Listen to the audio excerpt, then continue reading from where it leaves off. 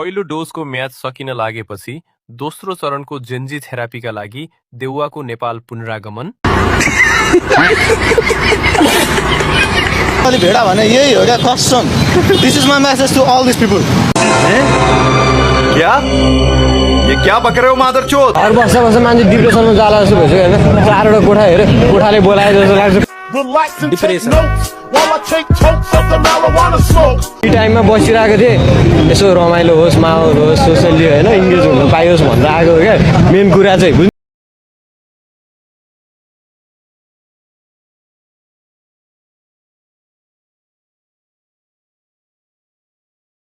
को भीड़ देखेपछि देउवाको सनक बिर्सिए भदौ 24 को दनक। अबको केही दिनमा हामी 84 मा पुरा शेरबहादुर देउवाले लिएर हामी प्रधानमन्त्री हुनेछौँ।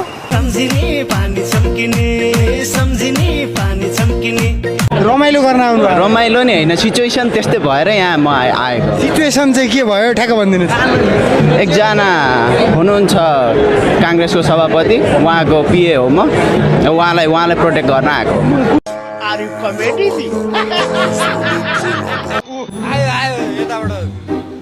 यहाँ पनि कुटपिट गर्ला नि तपाईँले चाहिँ अब राजसभा भनेर अब काङ्ग्रेसको टी सर्ट लगाएर अनि राजसभालाई भोट हालेको भन्दै।